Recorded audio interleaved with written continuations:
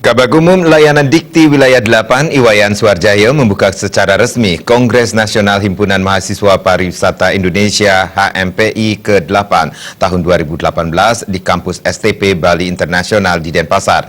Diharapkan kongres ini mampu menghasilkan tenaga kerja pariwisata yang handal dan profesional.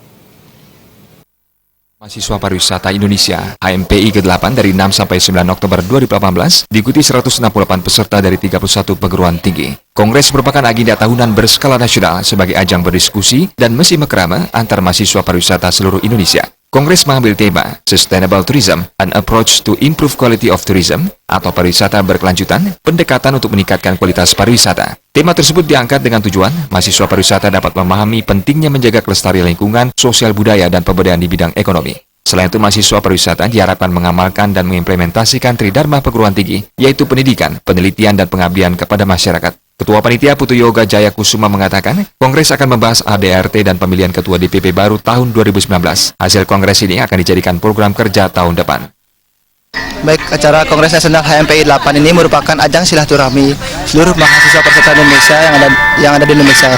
Dan tahun ini terdaftar 168 orang dari 31 perguruan tinggi yang mendaftar pada Kongres Nasional HMPI 8 ini. Tujuannya untuk mempersatukan seluruh mahasiswa pariwisata Indonesia agar pariwisata Indonesia lebih maju lagi dan lebih berjaya lagi.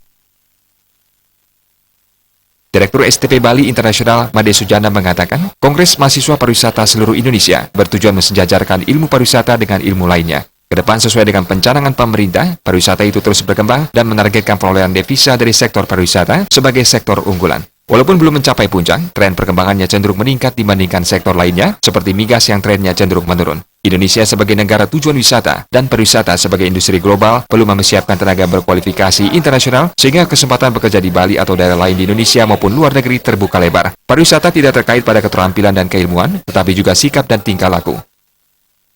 Ini kongres yang ke-8 dan kebetulan waktu kongres yang ke-7 di Banyuwangi kita ditunjuk sebagai host STPBI. Jadi kita siap untuk melaksanakan kongres ini kan gitu.